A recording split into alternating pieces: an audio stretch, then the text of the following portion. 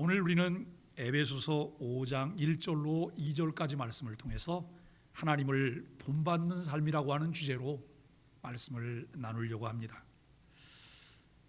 1절과 2절 말씀을 요약하면 하나님을 본받고 예수님처럼 사랑하라 라고 하는 말씀입니다.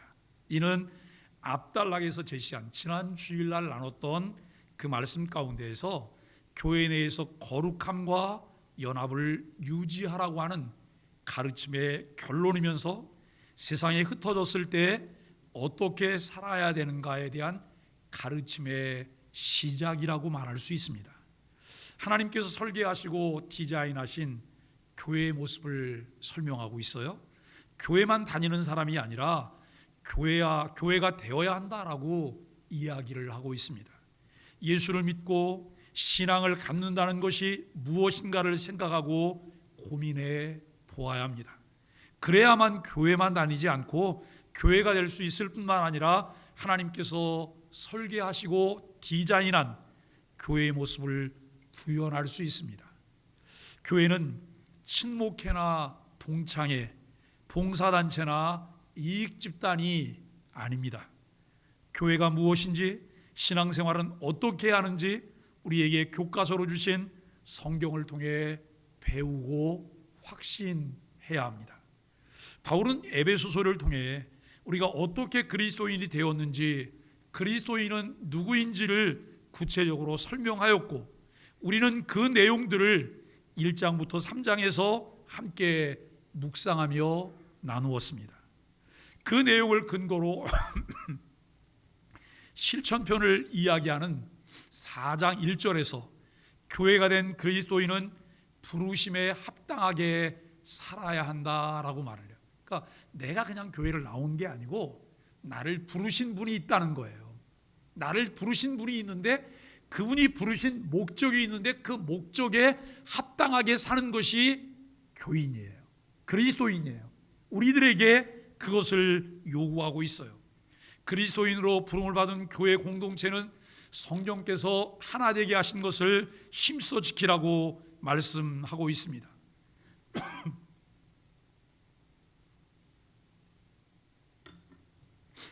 이것을 지키기 위해서 예수 그리스도의 장성한 분량에까지 자라라고 말씀하며, 그러기 위해서 두 가지를 놓치지 말고 점검하며 기억해야 합니다. 하나는 만족함입니다. 그리스도 안에서 얻게 된 것에 대한 감사입니다. 어떻게 할 때 신앙생활이 더 풍성할까? 신앙생활하면서 내 안에 은혜와 기쁨이 넘치고 만족할 수 있을까? 이것은 그리스도 안에서 얻게 된 것에 대한 감사예요. 또 다른 하나는 목마름입니다. 이것을 다른 말로 말하면 거룩한 불만족인데요, 신앙생활의 성장과 변화를 위해서 끊임없이 은혜를 갈망하는 목마름을 이야기하고 있습니다. 성경이 가르치는 그 원리를 잘 이해하고 믿고 순종할 때 나타나는 결과는 초대 예루살렘 교회가 보여주고 있는 모델이라고 하는 거예요. 초대 예루살렘 교회를 통해서 이루어진 교회의 모습을 보면 그들은 달랐어요. 그 모습을 보면 다른 사람들이 그 공동체 안에 들어가고 싶어 했어요. 그런데 요즘 여러분, 교회 공동체는 어떨까요? 어떻게 하면 교회 공동체에서 탈출할 수 있을까? 빠져나갈 수 있을까? 이 생각하는 분들이 많으세요. 왜 그럴까요? 여기 만족함과 목마름이라고 하는 것이 결여됐기 때문에 일어나는 현상들이라고 생각합니다. 그런데 오래 신앙생활을 했는데 전혀 다른 모습이 나타나고 있다면 분석해 보아야 합니다. 원자재가 불량인지 말씀의 원리가 잘못된 것인지 우리가 배우고 확신하지 못한 결과인지 뼈아프게 반성하며 원인을 찾아보아야 합니다. 교회는 하나님을 본받는 자가 되어야 하고 그리스도께서 우리를 사랑하신 것 같이 사랑을 실천해야 하기 때문입니다. 그의 사랑은 우리를 위해 자신을 제물로 바치신 사랑입니다. 하나님을 본받는 자가 되면 당연히 하나님의 모습을 드러낼 것이고 그리스도처럼 사랑한다면 나의 것을 희생해 형제를 위한 삶을 살아가게 되어야 한다라고 하는 것입니다. 모든 성도가 이렇게 살아간다면 당연히 교회는 거룩함을 유지하고 더욱 강하게 연합할 수 있게 됩니다. 이것이 구원받은 그리스도인이 삶을 통해 나타내고 누려야 할 뿌리이며 열매들입니다. 이렇게 교회가 하나님의 뜻에 합당한 모습으로 세워지면 성도들이 일상에서 거룩한 성전으로서 그리스도의 몸으로서 각자에게 주어진 삶을 살아가게 되어집니다. 모이는 교회가 거룩하면 흩어지는 교회도 역시 거룩해야 합니다. 하나님 말씀을 이제 하나님을 본받는 삶을 살라고 말씀합니다. 여러분 5장의 시작은 그러므로 그래요. 그러므로 이것은 앞절인 32절에 하나님을 모범으로 삼으라고 하는 원리에서 권면이 도출된 것을 우리에게 알려주고 있습니다. 그리스도인들이 사랑을 받은 자녀인 것은 본질상 진노의 자녀였지만 우리가 여러분 본질상 진노의 자녀였잖아요. 그대로 내버려두면 다 지옥으로 가야 되는 본질상 진노의 자녀였지만 1장 7절에서 하나님이 그리스도의 피로 우리를 용서하시고 1장 5절에 보면 아들로 삼으셨기 때문이라고 말씀하고 있습니다. 따라서 그리스도인은 하나님의 형상으로 새로 창조된 새 사람으로서 또한 하나님의 사랑을 받은 자녀로서 하나님을 본받는 자가 되어야 한다라고 하는 거예요. 아이가 어머니 뱃속에서 10개월을 보내잖아요. 그런데 아이가 어머니 뱃속에서 모태에서 너무 빨리 성장하면 무슨 일이 벌어질까요? 아이를 낳으려고 하는데 아이가 체중이 5kg가 넘었다고 생각해 보세요. 5kg가 넘었다면 아주 오래전에 브라질에 어떤 아이가 태어났는데 여러분 난 지 얼마가 되지 않는데 아이가 체중이 40kg가 넘는 거예요. 부모가 감당할 수가 없대요. 비정상적이잖아요. 그런데 이 아이는 그래도 태어나서 이제 몸집이 불어나고 체중이 늘어나니까 그래도 좀 대처할 방법이 있어요. 그런데 태어나기 전에 모태에서 아이가 태어나면 체중이 어느 정도면 적당하다고 생각해요? 3몇 킬로 정도면 적당할 거예요. 저희는 두 아이를 낳았는데 두 아이가 다 2.9kg, 2.2kg의 아이를 낳았어요. 그런데 2.9kg에 낳은 아이는 지금 키가 1m 86이에요.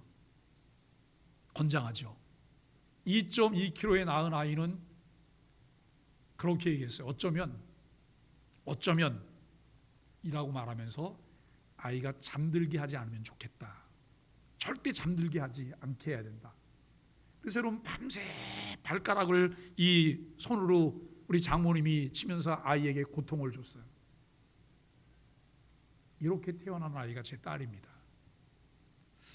근데 여러분 태어나기 전에 모태에서 아이가 체중이 너무 과체중이 된다고 하면 이것은 반드시 문제가 되는 거예요. 오늘 우리는 태어나야지, 새 생명을 얻어야지 그리스도를 본받을 수 있고 하나님을 본받는 자가 될 뿐만 아니라 사랑하게 되는 거예요. 그런데 또 하나는 태어나기는 태어났는데 사람 구실을 못한다고 생각해 보세요. 이거 얼마나 불행한 일이겠습니까? 우리가 그리스도인이 되었는데 하나님의 은혜를 입은 자가 되었는데 하나님을 본받는 자가 아니에요. 예수님처럼 서로 사랑할 수 있는 자가 되지 못했다고 한다면 이것 또한 우리들에게 불행이라고 말할 수 있습니다. 2절에서는 하나님을 본받는다는 개념이 무엇인지를 구체화하고 있습니다. 그리스도인들이 본받아야 할 하나님의 모습은 그리스도를 통해 드러난 사랑입니다. 바울은 그리스도의 사랑에 초점을 맞추어 그리스도께서 너희를 사랑하신 것 같이 너희도 사랑 가운데서 행하라고 권면하고 있습니다. 그리스도의 사랑은 자기 희생적인 사랑이에요. 우리가 하는 사랑과는 좀 많이 달라요. 어떻게 보면 어머니의 사랑이 그리스도의 사랑을 닮았다고 말할 수도 있을 거예요. 우리 죄를 위해 당신을 제물과 희생 제물로 하나님께 드리심으로 그 사랑을 표현하셨어요. 제물과 희생제물은 특정 종류의 제사가 아니라 하나님께 드리는 제물을 의미하는 일반 단어들로 예수님의 죽음이 지닌 제사적 성격을 강조하고 있는 것입니다. 향기로우는 예수님이 드리신 제사가 하나님이 특히 기뻐하시는 제사임을 강조하고 있습니다. 성경 어디에도 하나님을 본받는 자가 되라고 말하는 곳은 없는데 오늘 본문 이 5장 1절이 유일하게 그런 내용을 말씀하고 있습니다.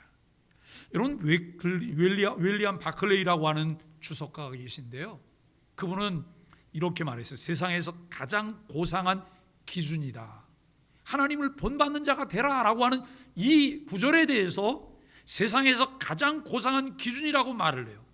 제가 청년 때 인상 깊게 읽었던 고전 중에 한 권이 있는데 그것이 토마스 아켄피스의 그리스도를 본받아라고 하는 책입니다.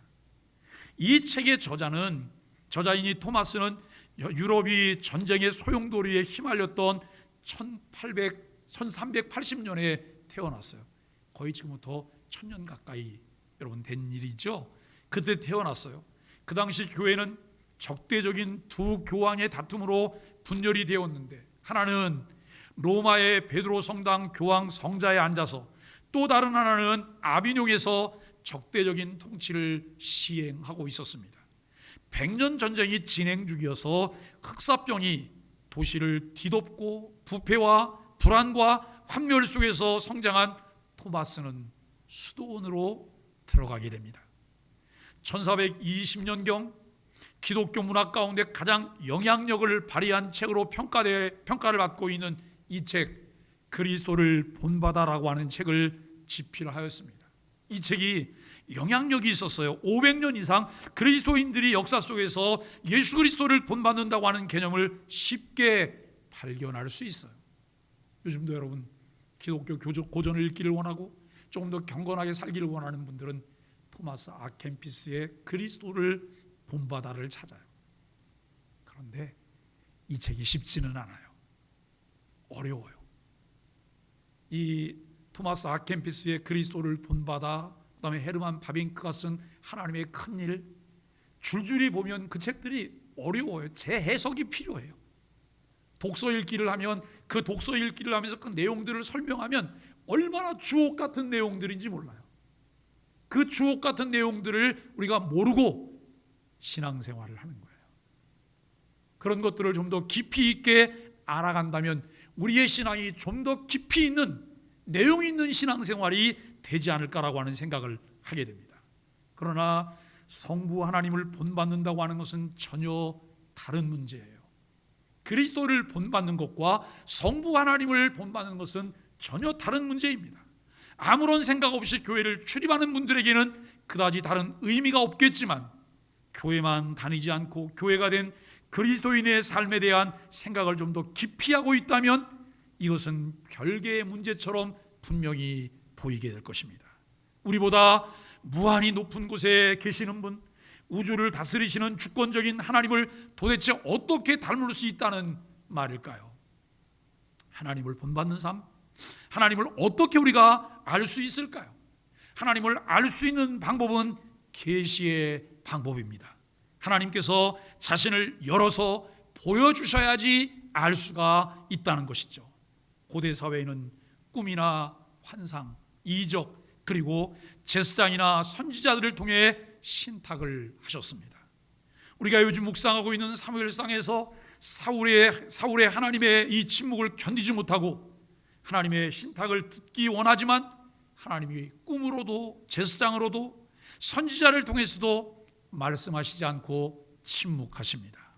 불안감을 떨쳐버리지 못하는 사울이 결국은 자신이 척결했던 신접한 여인인 무당을 찾아가 도움을 받는 어처구니 없는 상황을 보게 됩니다.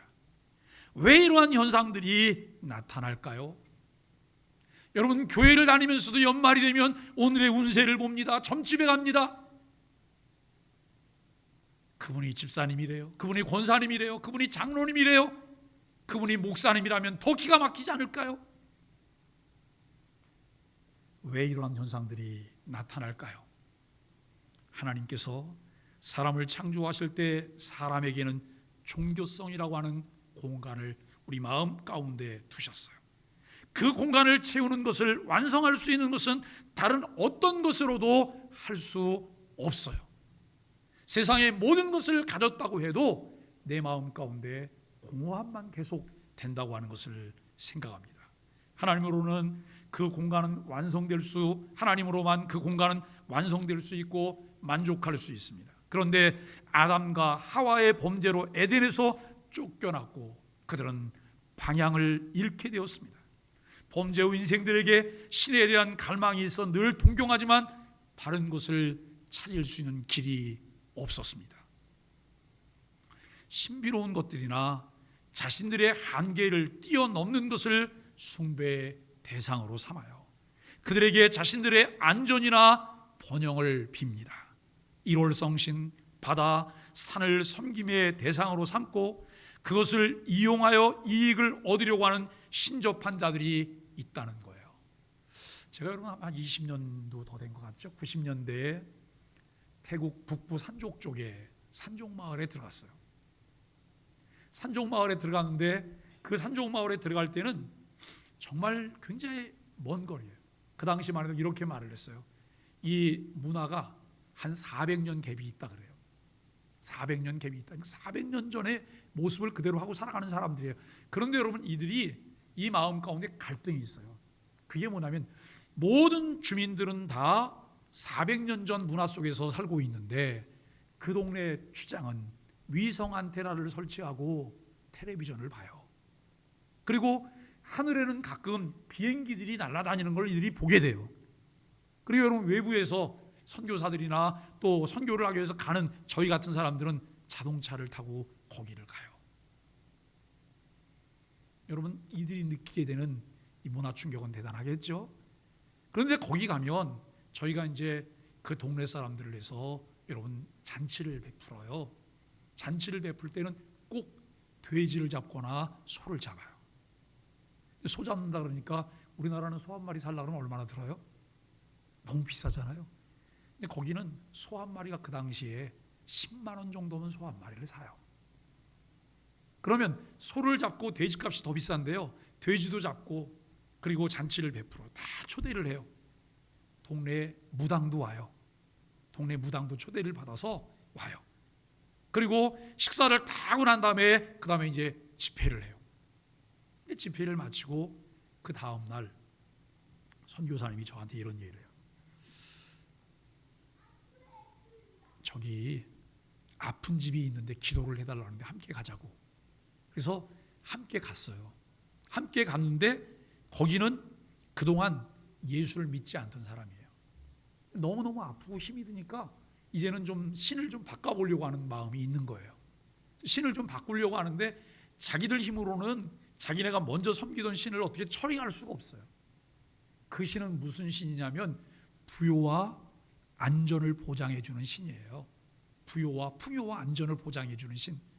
그래서 가서 신주단지를 하나 이렇게 가져 나오는데 대나무를 가져 나와요. 좀 이 굵은 대나무를 가져 나오는 거예요. 요만한 통을. 그래서 이게 뭐예요? 그랬더니 이게 이 사람들이 믿는 신이래요. 그 안에 보니까 여러분 추수했을 때 벼이삭 타작했던 거 그게 그 안에 있고 진흙으로 덮어놨어요. 이게 그들이 자기들을 지키는 수호신이라고 믿는 거예요. 그런데 그들 스스로 이것을 어떻게 쓰레기통에 버릴 수가 없어요. 왜요? 두려움에 휩싸였기 때문에. 여러분 그거 버리면 대나무가 갑자기 일어나요? 대나무 속에 있는 벼이삭들이 나타나갖고 막 그냥 다 공격을 해요? 사람들이 이렇게 무지한 대단한 것 같잖아요 우리가. 그런데 우리의 무지함이 그렇게 나타나는 거예요. 그래서 그것을 수고하고 그리고 그들을 위해서 기도하고. 그런데 참 그들은 정말 다른 게 하나 있더라고요. 동시에 두 신을 섬기지는 않는 거예요. 이게 정리가 되면서 이들은 예수님을 믿겠다고 고백해요. 참 다르잖아요, 그죠?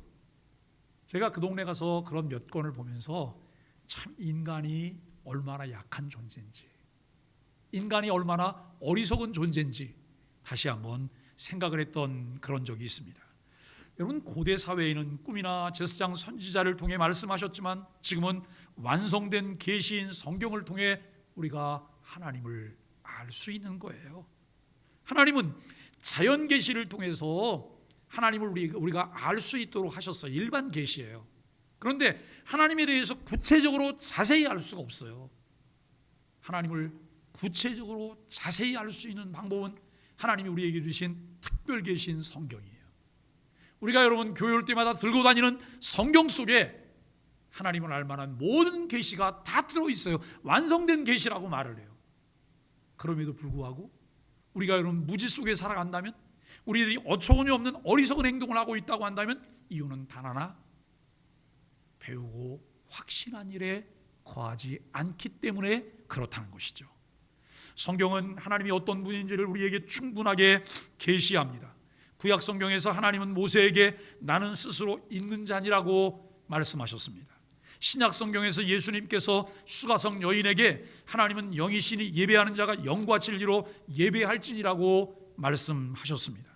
성경에서의 하나님이 다른 신들과 거짓 신들과 구분되는 가장 큰 특징은 삼위일체로 존재한다는 것입니다. 성경은 한 하나님을 믿으라고 선포하는 동시에 삼위 하나님에 대해서 말합니다. 만일 우리가 단일하신 하나님만 알고 각각 구별되는 삼위 하나님을 알지 못한다면 하나님을 전혀 모르는 것과 마찬가지라고 말할 수 있습니다. 삼위 하나님은 충동적으로 일하지 않으시고 철저히 계획적으로 일하십니다. 하나님은 먼저 뜻을 세우시고 그 뜻대로 일하신다고 에베소 1장 11절은 말씀합니다. 하나님은 먼저 계획하시고 그 계획을 그대로 이루신다고 이사야 46장 10절을 통해 말씀하십니다. 민수기에 보면 하나님은 인생이 아니시기 때문에 무엇을 안 하실까요? 시건하지 않는다 그래요. 헛소리하지 않는다는 거예요. 이것을 우리는 하나님의 작정이라고 말을 해요. 하나님은 작정하시고 이루십니다. 성경은 이것을 보여주는 책입니다. 성경은 예언의 책인 동시에 성취의 책입니다. 하나님의 작정이 어떻게 성취되는지를 살펴보는 것은 매우 흥미롭고 은혜로운 일입니다. 예수님의 십자가 사건이 대표적입니다. 작정과 성취의 관점에서 보지 않으면 예수님의 십자가는 끔찍한 사건일 뿐이죠. 하지만 작정과 성취의 관점에서 보면 그 사건 역시 하나님의 섭리라고 하는 것을 알게 됩니다. 성경은 헤롯과 빌라도의 행동조차 하나님의 섭리 안에 있었다고 사도행전 4장 27절과 28절을 통해 말씀하고 있습니다. 그들도 하나님의 작정을 이루는 도구에 불과하다는 거예요. 너무 중요한 것은 이거예요. 도구로 쓰임받고 난 다음에 불쏘시개로 던져질 것이냐, 도구로 쓰임받고 난 다음에 그 자리에 앉아서 그것을 누리게 될 것이냐, 이 차이를 보셔야 돼요. 여기에 선택과 유기의 차이가 있는 거예요. 선택된 자와 버려진 자의 차이예요. 하나님의 뜻을 이루기 위하여 도구로 쓰임받아요. 그런데 쓰임받고 난 다음에 심판에 이르게 돼요. 구약 성경을 보면 구약 성경에 누누이 그런 부분이 많이 나와요. 하나님이 이스라엘을 길들이고 이스라엘을 훈련하기 위해서 하나님이 동원하는 몽둥이가 있어요. 그 몽둥이가 무엇이었을까요? 바벨론, 아수르, 블레셋, 그리고 여러분 에돔 족속, 여러분 그리고 로마. 그러면 그들이 이스라엘 백성들을 길들이기 위해서 여러분 쓰임 받았으니까 상 받게 될까요? 아니요. 이들이 그 일을 하면서 여러분 이 포악하게 어떤 일을 진행해요. 악을 행하는 거예요. 결국 그 악이 차면서 이들은 그 악에 의해서 심판을 받게 돼요. 우리가 성경을 보면서 잘 구분하고 성경이 우리에게 보여주시는 하나님이 어떤 분인가를 알아야 돼요. 하나님을 바로 알면 신앙생활이 경망스러워지지 않아요. 여러분, 하나님을 제대로 알게 되면 우리가 여러분 교만 떨면서 함부로 하게 되지 않는다는 말씀이에요. 하나님은 영이시라고 말씀하시는데 물질과 몸을 가지고 있지 않다는 뜻이죠. 인간은 물질적인 몸이 있어야 존재할 수 있지만 하나님은 물질적인 몸이 없어도 존재하십니다. 그래서 인간은 몸이 있는 곳에서만 존재하지만 하나님은 어디든지 계십니다. 이것이 바로 어디서나 하나님을 예배할 수 있는 이유인 것이죠. 고대인들은 신을 위해서 성전을 지었습니다. 자신들이 믿는 신이 그 성전 안에 산다고 믿었습니다. 솔로몬 역시 하나님을 위해 성전을 지었지만 하나님께서 그 성전 안에만 계시다고 믿지는 않았습니다. 하나님의 존재가 무한하다고 하는 사실을 알았기 때문입니다. 영광으로 번역된 히브리어는 아다르라고 하는 낱말이에요. 이것은 크다 또는 장엄하다고 하는 뜻입니다. 하나님의 영광이 무한하다고 하는 것은 누구와도 비교할 수 없는 큰 지위와 큰 명예를 가지고 있다고 하는 뜻입니다. 여러분, 하나님은 복된 존재라고 디모데전서 6장 15절이 이야기해요. 복으로 번역된 헬라어는 마카리오스라고 하는 낱말인데요, 최고의 복 또는 행복한이라고 하는 의미예요. 따라서 하나님이 복된 존재라고 하는 것은 하나님이 가장 행복한 상태, 최고의 안식을 누리는 상태로 존재하신다고 하는 것을 뜻하고 있어요. 우리가 하나님을 본받는다 그러면 하나님이 누리시는 이 부분들을 나도 공유하기를 원하는 마음이 우리들에게 있어야 되는 것이죠. 마태복음 5장 48절에 하나님은 온전하신 분이라고 말을 해요. 온전함이란 정신적이고 도덕적인 면에서 완전한 상태를 뜻합니다. 따라서 하나님이 온전하시다는 것은 하나님께서 더 이상 성숙할 수 없는 최상의 상태로 존재하신다고 하는 것을 말씀해요. 하나님 아버지가 온전하심과 같이 너희도 온전하라고 성경은 우리에게 말씀하고 있습니다. 그래서 하나님은 자족하십니다. 모든 만물은 하나님께 의존하고 있습니다. 하나님께서 존재하시지 않으시면 아무것도 존재할 수 없습니다. 그러나 하나님은 반대입니다. 하나님은 누군가에 의존하시지 않습니다. 하나님은 어떤 필요가 채워져야지만 존재하는 분이 아닙니다. 하나님은 자족하시는 분이세요. 하나님은 누가 만들었나요? 하나님은 스스로 계신 분이에요. 그분은 영원부터 영원까지라고 하는 것을 우리가 생각해요. 하나님은 영원하신 분이라고 시편 90편 2절 모세의 기도를 통해 알게 돼요. 영혼은 시작과 끝이 없는 상태, 시간의 제약을 받지 않는 상태를 말합니다. 예를 들어 구원받은 성도들이 천국에서 영원히 산다고 하는 것은 그저 오래오래 산다고 하는 의미가 아니라 시간을 초월해서 산다고 하는 말이에요. 시간이 계산이 안 되는 거예요. 영원하기 때문에. 모든 만물은 처음과 마지막, 시작과 끝, 태어남과 죽음이 있습니다. 시간의 제약 속에 있기 때문입니다. 하지만 하나님은 원래부터 계셨고 앞으로도 그럴 것입니다. 그분은 영원한 분이시기 때문입니다. 그리고 야고보서 1장 17절을 통해 하나님은 불변하신 분이라고 말합니다.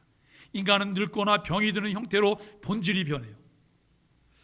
여러분, 그냥 소녀 때 얼굴이면 얼마나 좋겠어요. 그죠? 뽀송뽀송하고 자고 일어나면 얼굴에 윤기도 나고, 나이가 들어서 거울을 보니까 아이고 쭈그렁쭈그렁하고 이거 도대체 왜 그러냐고, 보톡스를 맞아봤자 소용도 없고. 인간의 본질은 변하는 거예요. 상황에 따라서 성격도 변해요. 하지만 하나님은 어떤 시기든지 변하지 않으세요. 하나님의 불변하심에는 언약적 의미도 있습니다. 하나님은 언약을 이행함에 있어서 불변하십니다. 변덕스럽지 않고 신실하십니다. 하나님의 성품이 변덕스럽다면 누구도 자신의 구원을 장담할 수 없습니다. 구원하겠다고 하는 약속을 언제 바꾸실지 알 수 없기 때문입니다. 그러나 하나님은 불변하시기 때문에 우리는 우리의 구원을 의심하지 않습니다. 여러분, 인간은 조석지변이에요. 아침 저녁으로 달라요. 그리고 인간은 화장실 갈 때와 나올 때가 다르다고 말하잖아요. 예수 믿으면 뭐가 달라져요? 신실한 사람이 되는 거예요. 믿을 만한 사람이 되는 거예요. 예수 믿으면 변함없는 사람이 되는 거예요. 그저 팥죽 끓듯이 여러분 매일 이렇게 끓고 언제 뒤집어질지 모르는, 이게 무슨 그리스도인입니까? 예수 믿으면, 내가 하나님을 알아가면, 하나님을 본받을 때 하나님의 불변하심처럼 우리도 변함없는 사람이 되는 거예요. 하나님은 어디든지 계시며 전능하신 분이에요. 하나님이 어떻게 어디든지 계실 수 있으세요? 이걸 어려운 말로 무소부지하다고 말하잖아요. 하나님은 이게 없으니까. 하나님이 이게 없으니까요.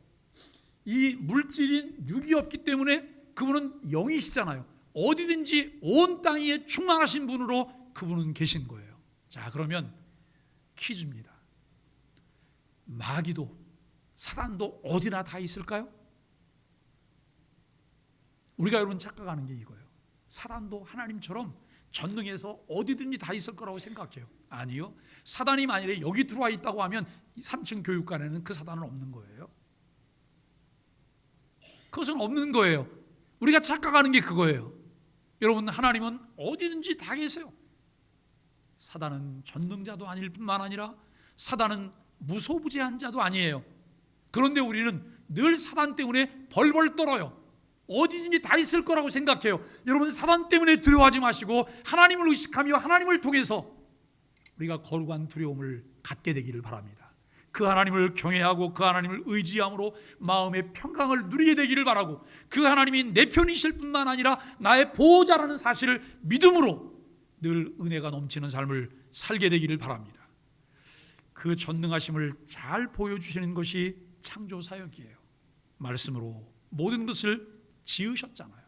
그러나 하나님의 전능하심은 모든 것을 다 하실 수 있는 것이 아니에요. 전능하신 하나님이 못하시는 것이 있으세요. 그게 뭐라고요? 죄를 짓는 거예요. 하나님은 죄를 짓는 것을 못하세요. 그런데 우리는 전능하지 않은데 우리가 잘할 수 있는 게 뭐예요? 죄 짓는 거예요. 죄 짓는 거. 그래서 우리가 하나님을 본받는다고 하면 죄를 멀리하는 거예요. 하나님의 거룩하심을 닮아가는 이런 노력들이 우리에게 필요한 것이죠. 대신 원하는 일은 무엇이든지 하실 수 있어요. 예를 들어 나이 많아 늙은 아브라함에게 자식 주기를 원하셨어요. 당사자인 아브라함조차 불가능한 일로 여겼어요. 여러분, 아브라함도 사라도 그것을 믿지 않았어요.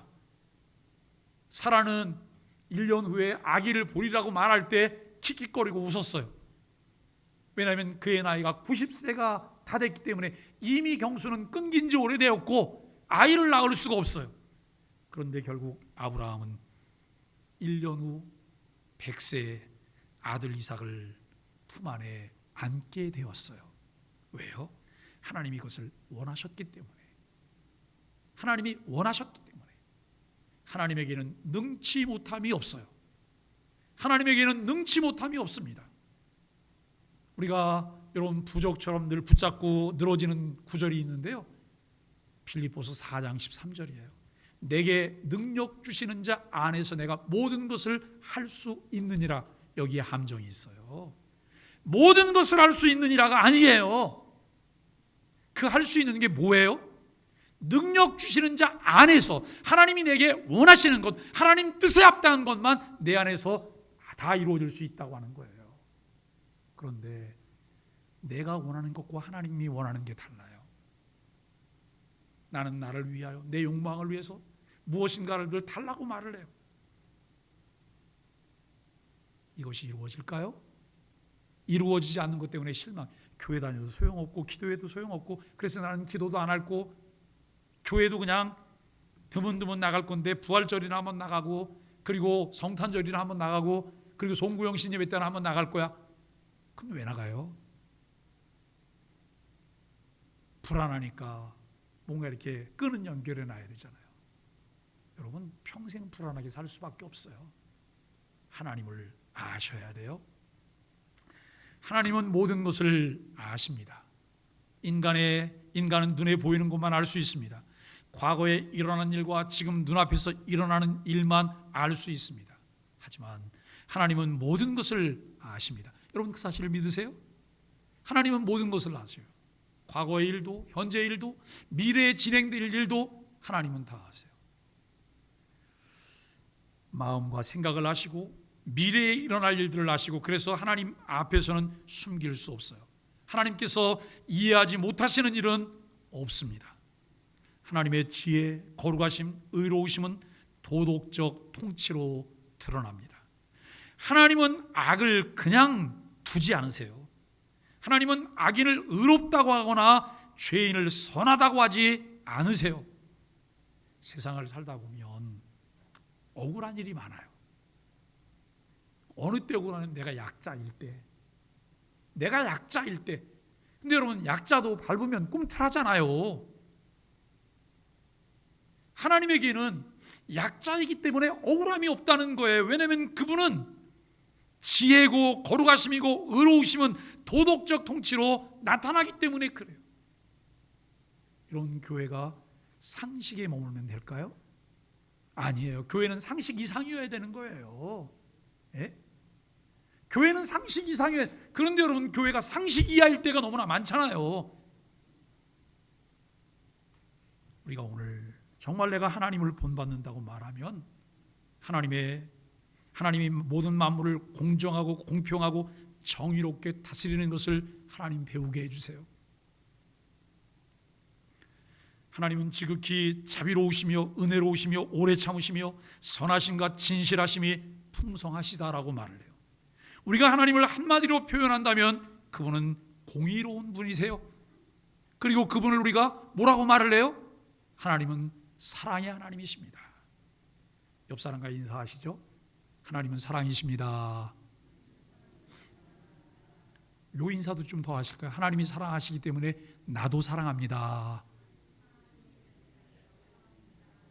정말 그러실까요? 그 은혜가 우리 가운데 있게 되기를 간절히 바랍니다. 사랑하는 소망의 가족 여러분, 오늘 성경은 우리에게 이러한 하나님을 본받는 삶을 살라고 말씀을 해요. 본받는 삶을 살려고 한다면 하나님을 바르게 알아야 돼요. 그리고 그분과 함께 많은 시간을 보내실 수 있으셔야 돼요. 재미있는 것은 신약 성경에서 본받는다 혹은 본받는 자라고 번역한 이 단어는 헬라어 미메타이라고 하는 낱말이에요. 여기서 영어 단어 흉내내다라고 하는 의미를 가진 단어가 파생이 되었다는 거예요. 흉내내다라고 하는 영어 단어는 똑같이 복사하거나 다른 사람의 말이나 행동 혹은 태도를 모방하는 것을 의미해요. 우리가 하나님과 더불어 하나님의 행동을 반복하고 하나님 말씀이 우리에게 메아리처럼 반영되게 하고 하나님의 태도를 내 삶 가운데 복사할 수 있어야 돼요. 하나님과 더불어 시간을 사용할 수 없다면 하나님을 본받을 수 없어요. 하나님의 태도가 어떤지 전혀 알지 못한다면 우리는 하나님을 닮을 수 없어요. 하나님과 함께 시간을 보내십시오. 하나님께 기도하는데 시간을 사용하십시오. 성경을 읽고 묵상하면서 하나님과 함께 시간을 보내십시오. 예배드리면서 하나님과 함께 시간을 보내십시오. 우리가 하나님과 함께 시간을 보낼 때 비로소 하나님을 본받는 삶을 살 수 있습니다. 요즘 세상이 너무 좋아졌어요. 편리한 세상이에요. 문화가 우리에게 가져다는 유익들도 많아요. 우리는 새벽에 교회를 나오지 않지만 여러분, 교회가 매일같이 함께 공유하기를 원하는 메시지를 우리 집에서 듣고 볼 수가 있어요. 어떤 분은 그냥 틀어놓고 소리만 들으세요. 어떤 분은 그걸 틀어놓고 여러분 이 화면에 같이 뜨고 있는 그 내용들을 함께 읽어요. 어떤 분은 그걸 정리하기 위해서 여러분 그 모든 것을 다 이걸 캡처를 하신대요. 캡처를 하시고 그리고 다시 보면서 정리를 하신대요. 선택은 자유지요.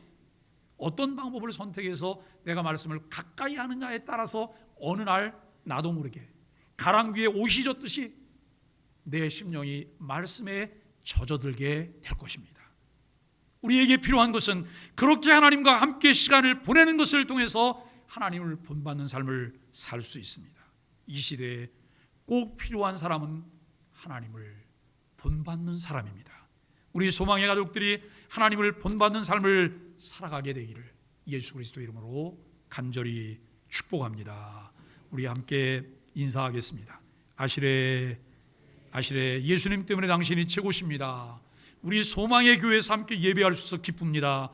사랑하고 축복합니다. 304장 찬송 함께 찬송하겠습니다.